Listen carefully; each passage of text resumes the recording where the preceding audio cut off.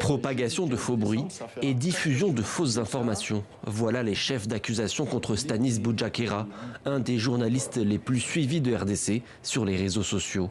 Arrêté le 8 septembre dernier, il est désormais placé en détention provisoire à la prison de Makala.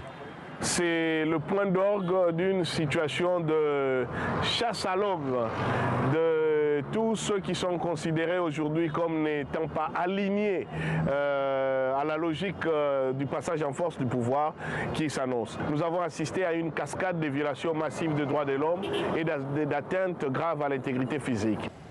À l'approche des élections, les associations des droits de l'homme disent observer des atteintes à la liberté d'expression. Les voix dissonantes sont étouffées, les journalistes sont menacés. Stanis Boudiakera était déjà dans le collimateur des autorités, selon son avocat. À la rédaction de l'actualité.cd, journal dont il est directeur adjoint de publication, ses confrères sont inquiets. C'est un journaliste rigoureux qui est connu dans ce pays.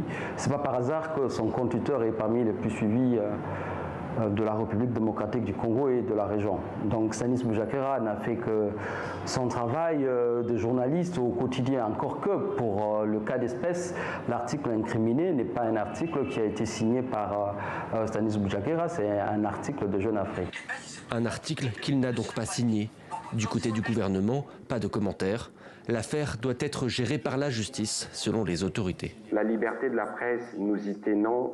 C'est une valeur cardinale à la démocratie, mais c'est aussi une liberté qui ne donne pas un blanc-seing, comme on aime le dire parfois, à la désinformation ou à l'instrumentalisation. Ce n'est pas une bonne nouvelle qu'un journaliste aille en prison.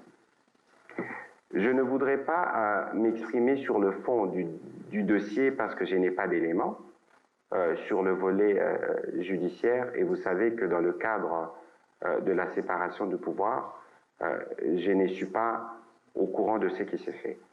Si les accusations sont retenues par le parquet, Stanis Boudiakera risque jusqu'à 1 an de prison et de lourdes amendes.